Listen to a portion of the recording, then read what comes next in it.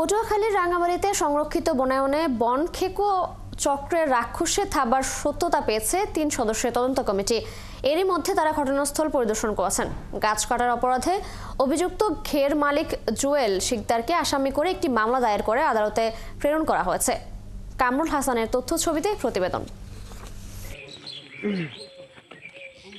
গত ৫ মার্চ ৭১ টেলিভিশনে রাঙামাটিতে সংরক্ষিত বনের গাছ উজাড় শীর্ষক একটি সংবাদের সঙ্গে দুটি লাইভ সম্প্রচার করা হয়।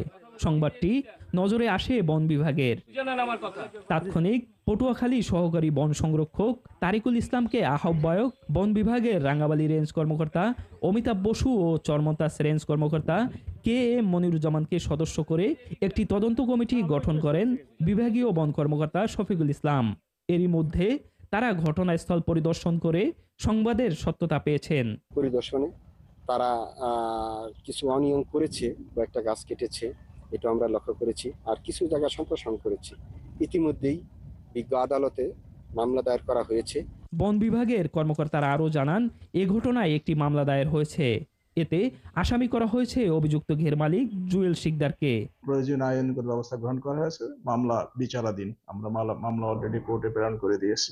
বন বিভাগের রাঙামাটি রেঞ্জ কর্মকর্তা জানান, ৭১ টেলিভিশনে সংবাদটি প্রচার হওয়ার পরে টহল কার্যক্রম জোরদার করা হয়েছে।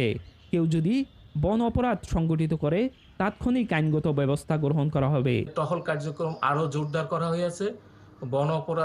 কেউ যদি বন অপরাধ সংগঠিত করে তাদের বিরুদ্ধে সঙ্গে সঙ্গে আইনগত ব্যবস্থা গ্রহণ করা হবে। বিশেষজ্ঞরা বলছেন, প্রাকৃতিক দুর্যোগের হাত থেকে এলাকার মানুষকে ঢাল হিসেবে রক্ষা করে এই বন। দলকে আমি বুঝি না, আমি বুঝি রাঙামাটি উপজেলার সর্বসাধারণ মানুষ তাদের সর্বশক্তি দিয়ে এই বন খেকোদের বিরুদ্ধে প্রতিরোধ গড়ে তুলবে। ৭০ দশকে চর যমুনার মাঝের চরে ছইলা, কেওড়া সহ বিভিন্ন প্রজাতির গাছ দিয়ে এই বনায়ন করা হয়। ২০২০ সাল থেকে এই বনায়ন ধ্বংসের মাত্রা বেড়েছে। কামরুল হাসান, ৭১, রাঙামাটি, পটুয়াখালী।